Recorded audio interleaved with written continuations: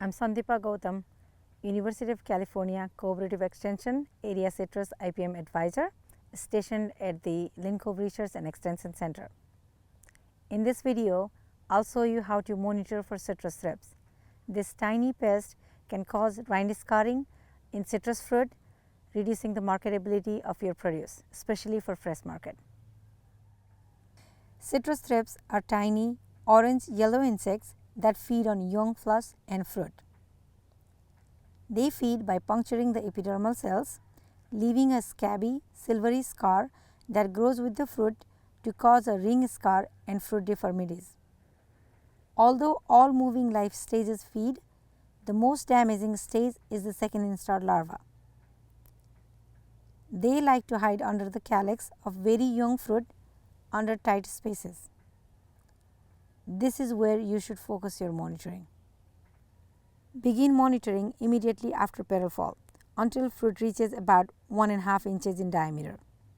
In the San Joaquin Valley, this period typically lasts 6 to 8 weeks in spring. In coastal lemon orchards, monitor from June through October. To monitor for citrus thrips, check 25 fruits in each corner of the block for a total of 100 fruits. Choose trees 3 to 4 rows in from the orchard edge. Select healthy, dark green fruit from sunny outer branches.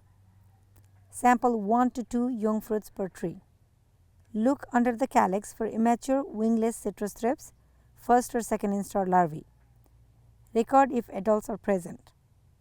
Record the numbers of fruit infested. Also check for predatory mites, which are natural enemies of thrips. Sample the underside of 100 leaves from 20 trees from shady parts of the tree. Count predatory mites. Record the number of predatory mites in the monitoring form. For thrips, calculate the percentage of infested fruit. For predatory mites, calculate average number of mites per leaf. A density of at least 0.5 mites per leaf helps control thrips biologically.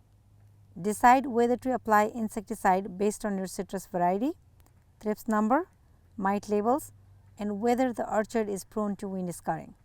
If an insecticide application is warranted, use selective insecticides to preserve natural enemies and rotate between different group of insecticides to delay resistance development. Remember, regular monitoring will inform you if insecticide application is necessary. Susceptible varieties like navel oranges and clementines may need to be monitored twice a week, especially early in the season immediately after petal fall. To learn more about citrus pest management, visit University of California Pest Management Guidelines.